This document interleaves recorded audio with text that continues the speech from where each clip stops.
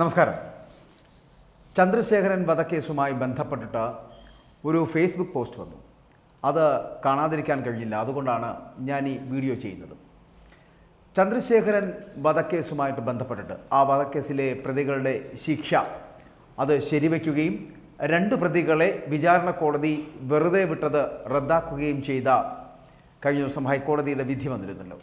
ആ വിധിയിൽ പ്രതികരിക്കുകയാണ് നടൻ ഹരീഷ് പേരടി ചെയ്തത്. പറയുന്നത് ഇത്രയാണ്: ചുവപ്പ് അത് ആരുടെയും തറവാട്ട് സ്വത്തല്ലെന്ന് മരിച്ചിട്ടും ഒരിക്കൽ കൂടി ഉറക്കെ പറയുന്ന TP എന്നാണ് ഹരീഷ് ഫേസ്ബുക്കിൽ കുറിച്ചു വച്ചത്. വെട്ടിയരിഞ്ഞിട്ടും മുറിവ് കൂടി ഉയർത്തെഴുന്നേറ്റുന്ന സഖാവ് എന്നും TP ചന്ദ്രശേഖരനെ ഹരീഷ് പേരടി വിശേഷിപ്പിക്കുകയാണ്. ആ വിശേഷണങ്ങൾ കൊണ്ട് തന്നെയാണ് ഇത് വീഡിയോ ആക്കാൻ ഞാൻ ശ്രമിച്ചത്. 11 പ്രതികളുടെ ജീവപര്യന്തം തടവ് ശിക്ഷ ശരിവച്ച ഹൈക്കോടതി 2 പ്രതികളെ വിചാരണ കോടതി വെറുതെ വിട്ടത് റദ്ദാക്കി ശിക്ഷാവിധി വളരെ കൃത്യമായും കടുപ്പിക്കുകയായിരുന്നു. 9 കുറ്റവാളികളുടെ ശിക്ഷ വർദ്ധിപ്പിക്കുന്നതിനായി അവരെ കോടതിയിൽ ഹാജരാക്കാനും ഒപ്പം തന്നെ ഡിവിഷൻ ബെഞ്ച് അങ്ങനെ ഒരു നിർദ്ദേശം കൂടി മുന്നോട്ട് വെച്ചു.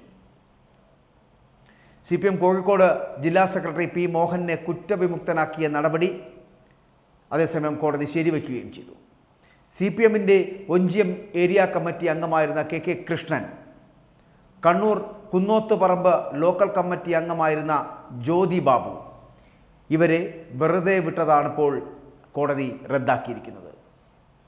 ശിക്ഷ റദ്ദാക്കണമെന്നാവശ്യപ്പെട്ട് പ്രതികൾ നൽകിയ അപ്പീൽ അത് തള്ളുകയായിരുന്നു. അത് തള്ളിക്കൊണ്ടാണ് justice AK Jayasankar Nambiar, justice Kauser Edappagath എന്നിവരുൾപ്പെട്ട ബെഞ്ചിൻ്റെ സുപ്രധാനമായിട്ടുള്ള വിധി വന്നിരിക്കുന്നത്.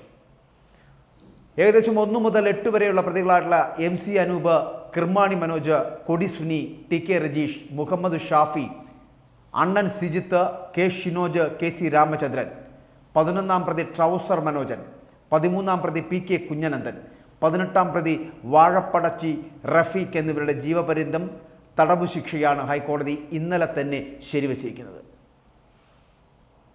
ഇതിൽ 31ാം പ്രതിയായിട്ടുള്ള ലംബു പ്രദീപിൻ്റെ 3 വർഷം തടവ് ശിക്ഷയും നിലനിൽക്കുക തന്നെ ചെയ്യും. ഇതാണ് കോടതി കരുതിയ വിധികൾ. വിചാരണ കോടതി ഒഴിവാക്കിയ ഗൂഢാലോചന കുറ്റം 1 മുതൽ 5 വരെ പ്രതികൾക്കും 7ാം പ്രതിക്കും അധികമായി ഇപ്പോൾ ചുമത്തിയിരിക്കുകയാണ്. വാഴപ്പടച്ചി റഫീഖിൻ്റെ ഗൂഢാലോചന കുറ്റം ഒഴിവാക്കുകയും ചെയ്തു. ജയിൽ ശിക്ഷ അനുഭവിക്കുന്നതിന് ഇടയായിരുന്നുവല്ലോ കുഞ്ഞനന്ദൻ 2020 മരിച്ചത്. അങ്ങനെ മരിച്ചതുകൊണ്ട് തന്നെ അയാൾക്കെതിരായിട്ടുള്ള നടപടികൾ അവസാനിപ്പിക്കുകയും ചെയ്തിരിക്കുകയാണ് ഇപ്പോൾ കോടതി. പ്രതികൾക്ക് പരമാവധി ശിക്ഷ നൽകണമെന്ന പ്രോസിക്യൂഷൻ്റെ അപ്പീലും ഒപ്പം തന്നെ P. മോഹനൻ അടക്കമുള്ളവരെ വെറുതെ വിട്ടതിനെതിരെ ചന്ദ്രശേഖരൻ്റെ ഭാര്യയായിട്ടുള്ള KK രമ MLA നൽകിയ ഒരു അപ്പീലും ഉണ്ടായിരുന്നു. ആ അപ്പീലും ഡിവിഷൻ ബെഞ്ച് പരിഗണിച്ചിരുന്നു. രമയുടെ അപ്പീൽ ഭാഗികമായി അനുവദിച്ചാണ് ഈ കൃഷ്ണനെയും ഒപ്പം തന്നെ വെറുതെ വിട്ടു എന്ന് പറയപ്പെടുന്ന ജ്യോതി ബാബുവിനെയും വെറുതെ വിട്ട നടപടിയെ റദ്ദാക്കിയിരിക്കുന്നത്.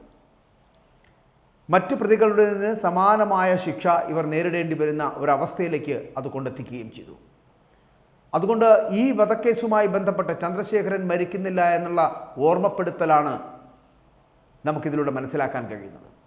ഇപ്പോൾ കൊല്ലാൻ ഭയമുള്ള ഒരു പാർട്ടിയല്ല CPM എന്ന് പറയാതെ പറയുകയാണ് ഹരീഷ് പേരടി ഇതിലൂടെ. ചന്ദ്രശേഖരൻ വധക്കേസുമായി ബന്ധപ്പെട്ടിട്ട് ചന്ദ്രശേഖരൻ്റെ മുന്നിൽ അദ്ദേഹത്തിനെ കൊലപാതകത്തിലേക്ക് നയിച്ചതിന് പിന്നിൽ ആരൊക്കെ ഉണ്ടായിരുന്നോ അല്ലെങ്കിൽ ആരൊക്കെ നേതൃത്വം കൊടുത്തിട്ടുണ്ടോ അവരൊക്കെ ഇതിന് മുൻപിൽ എത്തപ്പെട്ടിട്ടുണ്ടോ എന്നുള്ള സംശയം ബാക്കിയാകുന്നു എന്നുള്ളതാണ് ഈ കേസുമായി മുന്നോട്ട് പോകുമ്പോൾ നമുക്ക് മനസ്സിലാക്കാൻ കഴിയുന്നത്. ഇനിയുമുണ്ട് കാര്യങ്ങൾ, ഇനിയുമുണ്ട് എത്തേണ്ടതുണ്ട് ഇതിൻ്റെ മുൻപിൽ പ്രവർത്തിച്ച വീരന്മാരെ.